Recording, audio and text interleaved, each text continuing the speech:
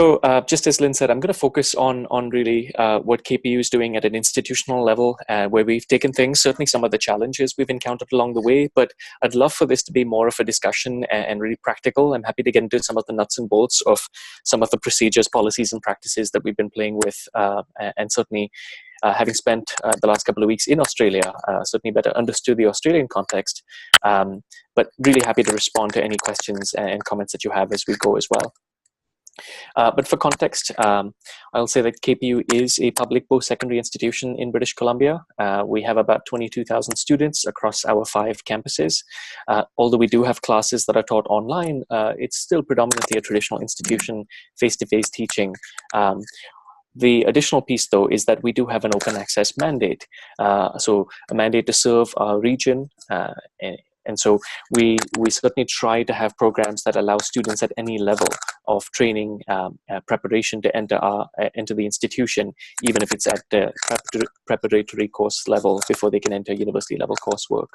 So there's a lot of sensitivity to the question of access at KPU, which I think is one of the cultural reasons why open education has gained so much traction. But the other element, I think, is that we are a teaching-focused institution. Although there is a fair bit of research that takes place, most faculty don't actually need to engage in research. And so there are people who are coming into open education from the point of view of access and cost savings for students, for example, but there's probably an equal number of faculty who are interested in this space because of the pedagogical potential. Certainly the affordances from open licensing, but some of the interesting developments in the realm of open pedagogy in particular. And sorry, I'm not sure what the typing noise might be. Oh, it's my microphone, is it? I think it might be your microphone, actually, Rajiv. Yeah. Okay, let me see if I can make that tap on me less. But talking about the cost savings, this is one of the things that has come up. So some of you will be aware, perhaps, that I need to hold this, I think. That there's actually no other consumer good that has risen in cost as much as commercial textbooks have. They began collecting these data in 1977, and between then and last year, costs rose by about 1,041%. But I've spent enough time in these databases, so I can tell you it doesn't really matter which 10 or 5-year period you look at. It's always been between 3 and 4 times the rate of inflation. So it's really quite extraordinary. And it's not just a question of the cost, it's also a question of what is the impact on students' educational outcomes.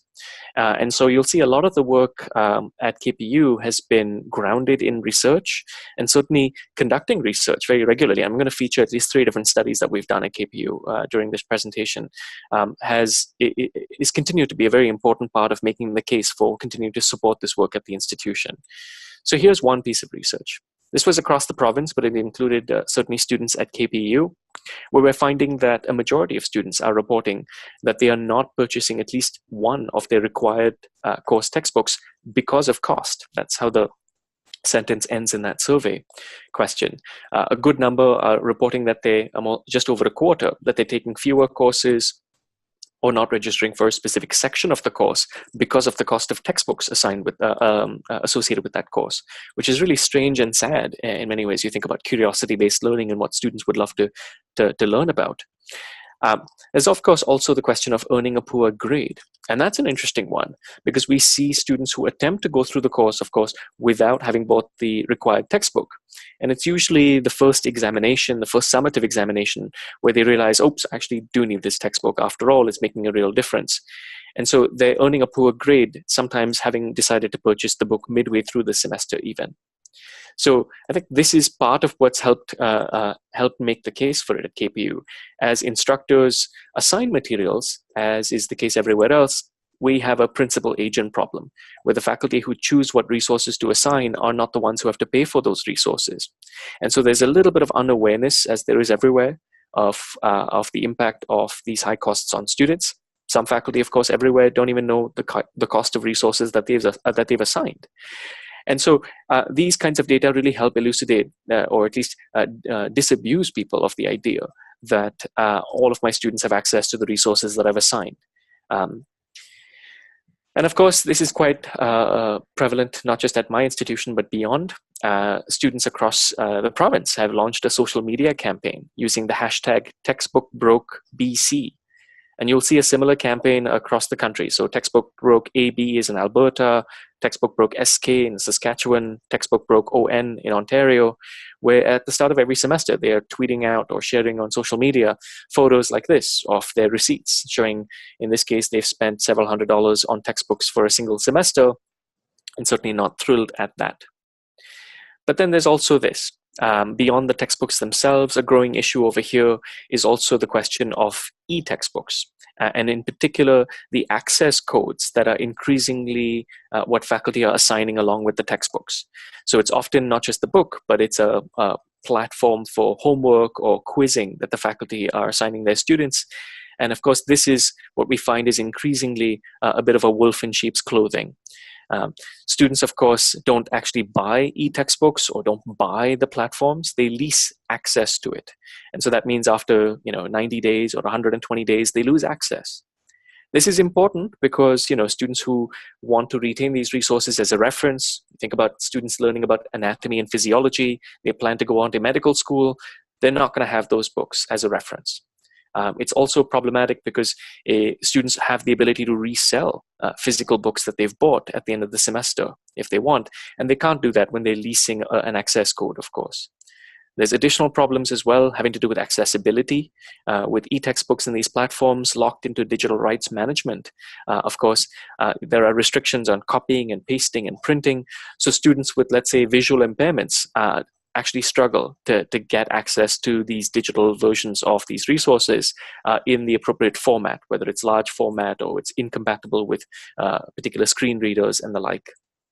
So this is why I think the issue of simply trying to address the problem of high physical textbook costs with switching to publisher platforms for digital books is not really helpful. And in some cases, it makes the problem worse.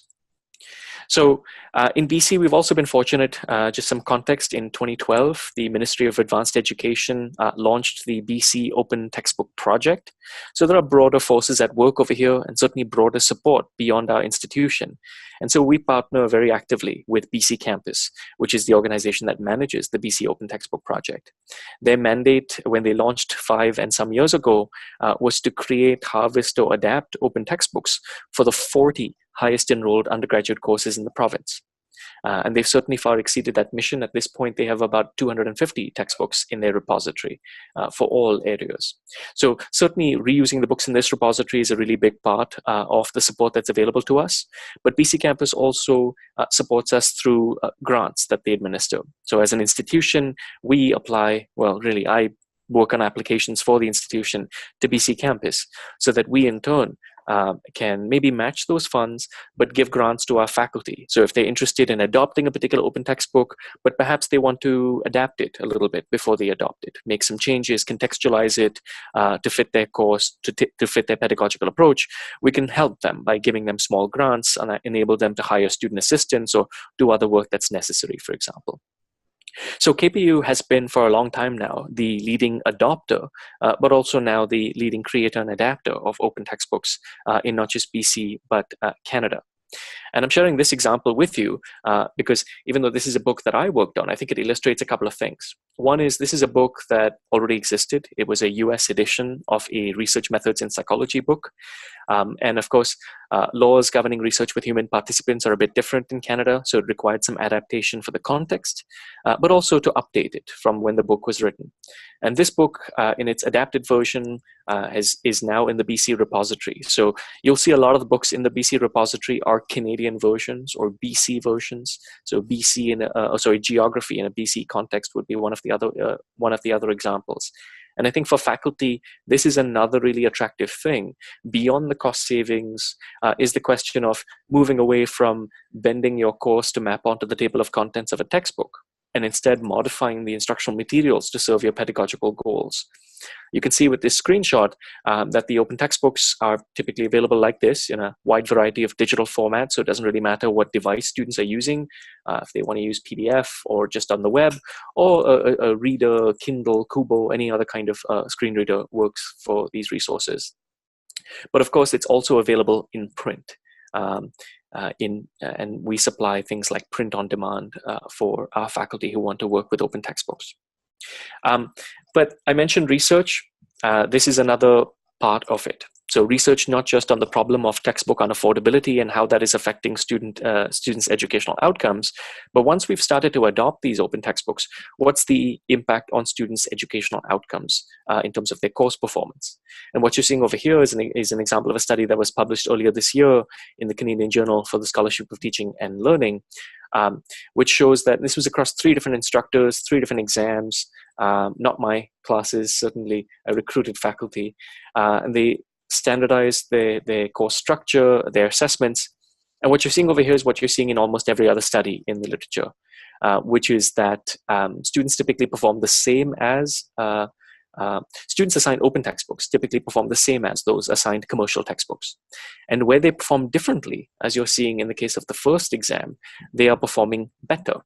And that's very often the message in the literature. What you're seeing over here, I think, is just a test of the access hypothesis. That what difference does it make when you can guarantee that all of your students have immediate, permanent access across all formats from day one? And the sort of colored bars indicate that we were trying to disaggregate the question of format of the textbook from the openness. And so in this particular study, students were assigned either the traditional incumbent book in whichever format they chose to buy it in, digital or print. We didn't want to tamper with the control condition, wanted to let that be naturalistic. But for the open textbook conditions, we had one in which we were working with the digital versions of the open textbooks where students had the option to buy a print. But in the open print condition, we actually sponsored print copies of the open textbooks so we could hold cost constant while looking at just the impact of the format. So that's a bit of a detail, and I'm happy to address questions about this study, but it really says the same thing as much of the rest of the literature. But about a year and a half ago, we realized that we could go a bit further than simply supporting grassroots adoptions of open textbooks by individual faculty members, and we could put this together in a much more programmatic fashion so that now, for example, students are able to complete an entire credential at KPU with 0 required textbook costs, thanks largely to the use of open textbooks. And so this is what we call a Z-cred. It's what the Americans call a Z degree, for example. So the Z is just 0 required textbook costs, and the cred is for a credential. Our first credential is the Certificate of Arts program. So that's just a flexible first-year foundational program that can ladder into any bachelor's program. And then more recently, we've gone a bit beyond that as well. This is the press release from our first Z-cred, which launched last fall, just about a year ago. But the courses actually began this January. And here's another press release from 4 months ago, in which we launched our second Z-cred in September of this year, which focuses on the adult graduation diploma and qualifying studies courses for those students who come in without the adequate high school level training. So the pre-university level courses as well are now textbook cost free. And of course, if you give us about 6 months more, we will be at the point of offering 2-year associate's degrees as a Z-cred as well. So this is something that continues to grow, and the number of faculty that are involved in this initiative continues to grow rather rapidly, in fact. I want to see over here if I can click through in a way that allows you to hear. Here we go. I have a little video that I want to show you. But before I show you that, I also want to indicate some of the systems we've developed. Because beyond sort of launching these kinds of programs, we've been able to integrate the indication within the course timetable to students, whether a particular course or section is part of this initiative. And for students who most benefit from these cost savings, the ability to determine at the point of registration whether they're enrolling in courses without textbook costs, it has really been quite a game changer for them. I'm not sure whether the sound will play on this next video clip, but it's a bit of a video summary of this program. So maybe please, if you can give me a thumbs up if you can hear the audio as I play it. Otherwise, I'll skip on.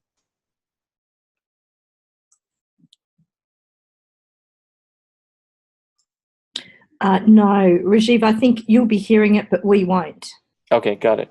Unless you let's just unplug move on then. Well, so it's a nice little video, and you can certainly look for it on our website if you're interested. But I will share this. This is just the first year because we launched in January of this year, of course. And I can tell you by the end of this year, there will have been more than 350 sections of courses, certainly more than 200 courses, taught by more than 100 instructors across many, many departments. Certainly more than 10,000 students. And if that doesn't sound like a lot, the context over here is that we have a limit of a maximum number of 35 students in a course. And so unlike some of the larger universities where they can have 400 students in one course, for example, when we have 10,000 students benefiting, that's a lot of courses for us. And more importantly, for our students in this year alone, they will save more than $1.2 million based on textbook costs. So it's really interesting. And of course, the nice thing for us is, I did mention earlier with the research we did on student textbook unaffordability, when we looked at the data more closely about who's making these choices to not buy a book or to choose a course based on the cost of books, we found that students who are already marginalized, so students who are first in their family to attend university, those who hold a student loan, those who are students of color, were more likely to make those choices. And so over here, we're seeing on the other end, the benefits are in fact disproportionately accruing to those same marginalized students, which is really a wonderful way in which this is being spread. But here are more data. The first semester of the Z-Cred, I started to analyze what's happening with student course performance. When we have the ability to categorize courses based on their participation in the Z-Cred or not, I'm able to look at eight courses which have sections within the Z-Cred, but also which have sections outside of the Z-Cred. This is, of course, individual instructor participation. It's not mandated by the institution. It's all voluntary. And so I'm able to look at not the same instructors, but the same course. And as it turns out, 8 out of 8 courses, we're seeing slight gains in some cases and significant gains in other cases in student course performance on a grade point average scale that goes up to 4.3. So it's really quite significant. It's the difference between sort of a C minus and a C, if you will, on average across all of these courses.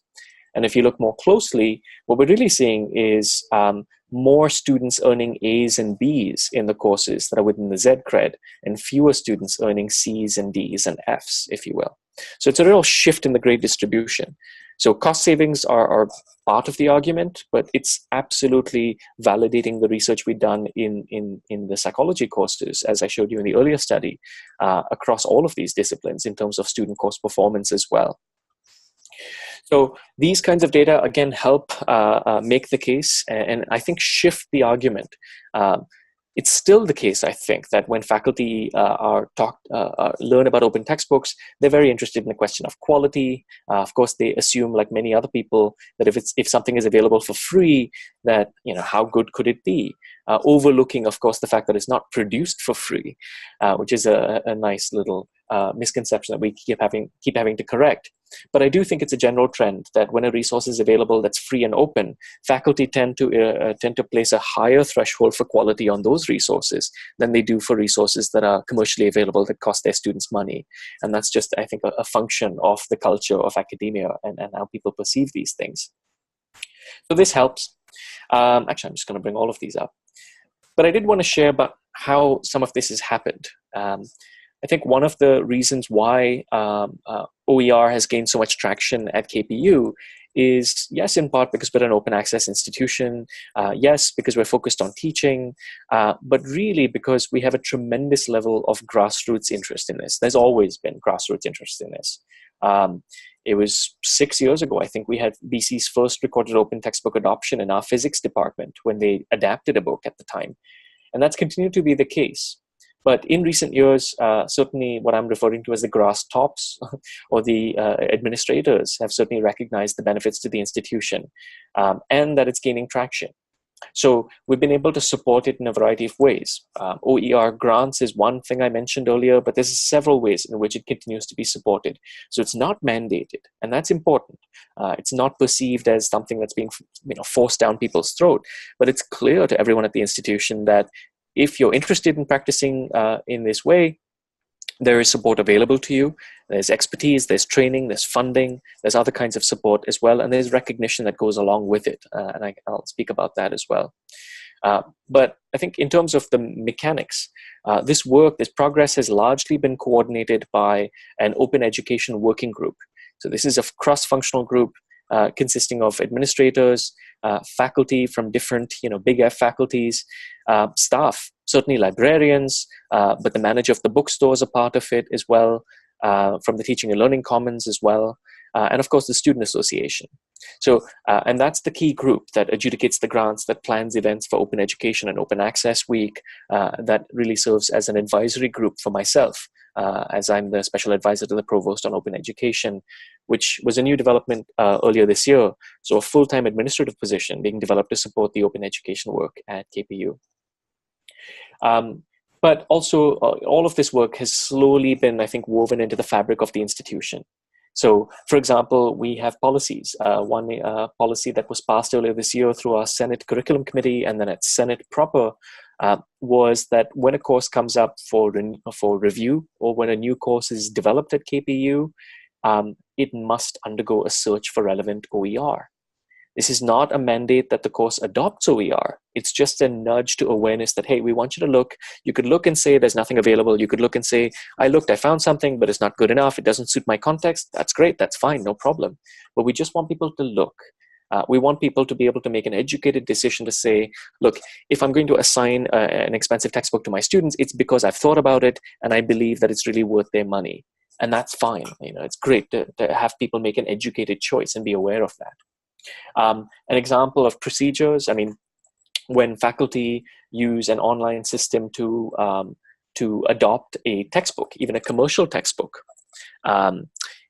for their courses, we've adapted that system so now they can use the same system to report their adoption of open textbooks.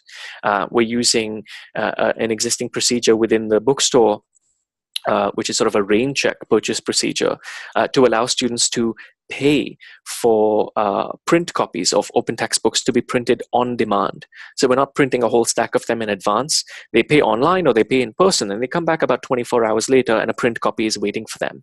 And because in a traditional commercial textbook, about 80 cents on the dollar goes back to the commercial publisher, we're able to sell what would be a $100 book for about $20 or so. And that includes the profit margin to the bookstore. It includes covering overhead and personnel and the cost of printing. So for the bookstore, who's an active partner in this work, it's wonderful because there's a new revenue stream for them as well. And of course, students still prefer print if they can afford it as a format. So for students, that's a wonderful option. And of course, pragmatically, there are more faculty who are likely to adopt an open textbook if they know that print copies are an option for their students. And in some cases, I would say it doesn't even matter how many students actually print or buy a print copy.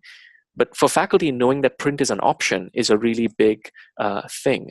Many of them, like perhaps many of us, will, wax lyrically about the smell of paper and so on. And that's fine, right? And we're not trying to sort of change people's core practices. We're trying to meet them where they are effectively. But then I would say things like all of our deans have endorsed the use of faculty's professional development time for use on open textbook development projects. We have, of course, OER grants, but we have faculty applying for all sorts of other internal funding as well to support open education projects. So we are looking at institutional open education policies at the moment and whether we want to move forward in that direction. But I think it's been illustrative of the grassroots support at KPU that we haven't started with policy. I think some places start with policy and then they work their way down. We've really started down, and we're sort of codifying what is already existing practice at the institution. And I think that's helped it flourish a lot more. So just a quick overview of the kind of support that's available. We certainly have direct funding by way of not just OER grants, but also Z-Cred grants. So if faculty want to develop resources that are not just open textbooks or OER, but perhaps ancillary resources or something else that supports their course moving to zero textbook costs, that's great. We can certainly support that. I mentioned the other internal pockets of funding, and these are just some examples of we've had faculty apply for these other kinds of grants and even apply for sabbaticals simply to work on open education projects. There's one particular case that stands out in my mind where, I mean, everyone recognizes this is something the institution wants to do, and I think the identity is starting to develop around it as well. So there was a faculty member who applied for a 1-semester sabbatical to work on an open textbook project, and the committee said, well, why don't you take a whole year? And that's not the sort of thing that usually happens, but it's good to see that happening. I mentioned the deans of all of our faculties endorsing the use of professional development, or what is accountable time for faculty during their non-teaching semesters for open education projects. Certainly within the library, which is my closest partner with open education work, there's assistance with discoverability. So things like importing MARC records of open textbooks into our course catalogs, having libguides and subject-specific guides for open textbooks. And this is a space where our liaison librarians are increasingly assisting, helping by leveraging their relationships with individual departments to ensure that OER and new open textbooks, which are available literally every week, make their way to the relevant department so they can look at those resources. We also have quite a bit of training. Every semester on every one of our 5 campuses, we run hands-on training workshops for things like Pressbooks, which is the platform that we use to create or adapt open textbooks, for example. So there's a lot of hands-on training that's available to faculty. There's also, I mentioned, this partnership with the bookstore and the print shop to provide a print-on-demand service. So it's really, as I said, being woven in many ways. About close to a year ago, we launched an open education listserv. And so people who are interested in keeping abreast of events and resources and new opportunities for funding and the like, sign up. And at this point, I think we have like 150 people across the institution that have signed up to learn about what's going on week by week, which is quite nice. And of course, we routinely communicate more broadly as well. I've been running, this is maybe the second or third semester I'm running this. It's a faculty learning community on open pedagogy, and that's in partnership with the Teaching and Learning Commons. So as I said, there's many faculty who come to this for the cost savings, but typically they come for the cost savings and they stay for the pedagogy once they see what they can do with this. And it's also, I think, interesting and important from an advocacy point of view, because the messaging around open education is not framed as avoidance. I'm trying to just avoid high cost of textbooks. It's not just a judgmental, how dare you assign expensive textbooks to your students. It's much more aspirational in terms of what you can achieve when you play with open pedagogy. So the latest thing that we've done is launch during Open Access Week, 3 weeks ago, Opus. So Opus is what we call the open publishing suite at KPU. And so you're looking at a screenshot of one of the pages on our library for Opus. So whether faculty want to create or adapt open textbooks using the Pressbooks platform, whether they want to launch an open access journal using open journal systems, whether they want to embed library resources using permalinks into the LMS or the learning management system in their course webpage, search and discover open educational resources, or even submit their scholarship to the institutional repository, which is called Quora. This is an integrated service and a partnership between the Office of Open Education, mine, and the library. And so it's a one-stop shop. You can just email open@kpu.ca and we can assist them. If they want to learn how to use Pressbooks and develop open content themselves, fantastic. We will give them a grant, we will support them, give them training and support along the way. But if they simply want to say, look, I've been teaching this course for 10 years, I've got all of these notes that I've written up in Microsoft Word, I have no interest in learning how to use a new platform. However, I'm interested in moving this content along and formally publishing it as an open textbook, we can meet them there. Right? We can take their content, we will import it, we will supply the labor and expertise necessary to take it to the next step, facilitate peer review and the like before we publish it. And so now we directly subscribe to Pressbooks, and we're building our own catalog of open textbooks, which includes localized adaptations of some of the books that are in the BC Campus repository. So I'm just trying to give you some highlights over here, but there's a fair bit of work that's taken place over the last year and a half, as I'm hoping you're getting a sense of. So at this point, we have KPU Open Education, which is part of the institution. So if you visit kpu.ca/open, you'll see much of this, certainly right from support for open textbooks to the Z-Cred initiative, including the video that I couldn't show you, but you should see because it's a great video. And of course, things like our OERU membership. As Lynn mentioned, we're building open online courses as part of that online network as well. But really, I think this is a space that's building and growing, and it has more of an active presence at the institution. So when it comes to student orientations or prospective student visits and open houses to the institution, or reports to the board, media stories that go out, there's really quite a lot of engagement and visibility for open education now.